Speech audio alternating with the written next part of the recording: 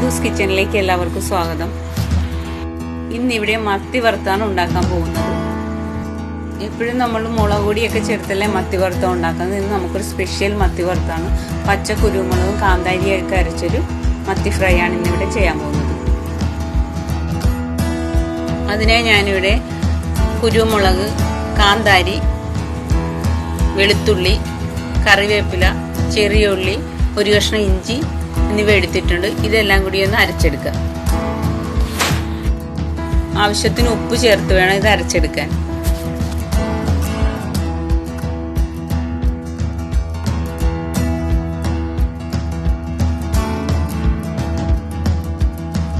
ഇത് നന്നായിട്ട് അരഞ്ഞു പോകണ്ട. ഇപ്പം നമ്മൾ അരച്ചെടുത്തിട്ടുണ്ട്. ഇത് നമുക്ക് അരഞ്ഞു വെച്ചിരിക്കുന്ന മത്തിയിൽ പുരട്ടി കൊടുക്കാം. ഈ മീനൊന്ന് മഞ്ഞൾപ്പൊടിയും ഉപ്പും ചേർത്ത് മിക്സ് ചെയ്തെടുക്കാം.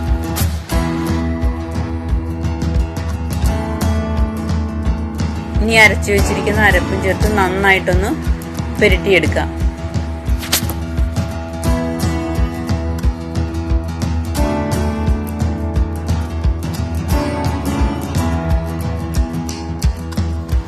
കുറച്ച് കളർ കിട്ടാൻ വേണ്ടി ഞാൻ ഇച്ചിരി കാശ്മീരി ചില്ലി പൗഡർ കൂടി ചേർക്കുന്നുണ്ട്. ഈ മസാല നമുക്ക് വരഞ്ഞു വെച്ചിരിക്കുന്ന ഭാഗത്തും വയറ് ഭാഗത്തൊക്കെ നന്നായിട്ട് തേച്ച് പിടിപ്പിച്ച് അത് ഫില്ല് ചെയ്ത് എടുക്കാം.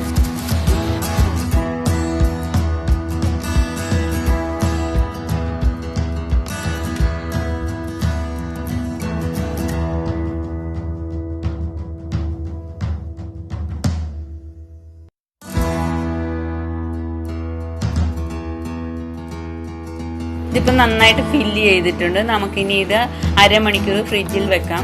ഫ്രിഡ്ജിൽ വെച്ച് മസാലയൊക്കെ പെട്ടെന്ന് അതിൽ പിടിക്കും. സോഫ്റ്റ് ആയിട്ടിരിക്കും. മീൻ കേടാകാതെ ഇരിക്കും.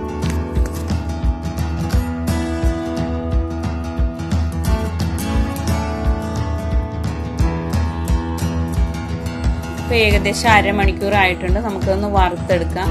അതിനായിട്ടിത് ഒരെണ്ണ പാനിൽ നിരത്തി വെക്കാം. ഇത് നോൺ സ്റ്റിക്ക് ആയതുകൊണ്ടാണ് വെളിച്ചെണ്ണ ഒഴിക്കണതിന് മുമ്പ് തന്നെ നിരത്തി വെക്കുന്നത്. ചീനിച്ചട്ടിയിലൊക്കെ ആണെങ്കിൽ എണ്ണ ഒഴിച്ചൊന്ന് ചൂടായ ശേഷമേ മീനിടാനുള്ള, അല്ലെങ്കിൽ അടിയിൽ പിടിക്കും.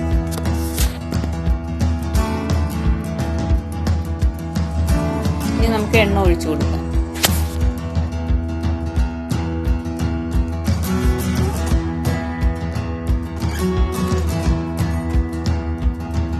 കുറച്ച് കറിവേപ്പില ഇതിൻ്റെ പുറമേ ഇട്ടിട്ട് നമുക്ക് മൂടി വയ്ക്കാം. സാധാരണ നമ്മൾ ഇതുപോലുള്ള മീൻ വറുക്കുമ്പോൾ മൂടി വെച്ച് വറുക്കാറില്ല, തുറന്നു വെച്ചാണ് വറുക്കണം. ഇത് ഇത്ര മസാലയൊക്കെ ചേർത്തുകൊണ്ട് ഇതൊന്ന് വേകാൻ വേണ്ടിയിട്ടാണ് മൂടി വെക്കുന്നത്. ഇപ്പം ഇത് മൂടി വെച്ചിട്ടൊരു 10-15 മിനിറ്റ് ആയിട്ടുണ്ട്. നമുക്കിതൊന്ന് തുറന്നു നോക്കാം. ഇപ്പം ഇത് ഒരു സൈഡ് വെന്തിട്ടുണ്ട്. നമുക്കിതൊന്ന് മറിച്ചിടാം.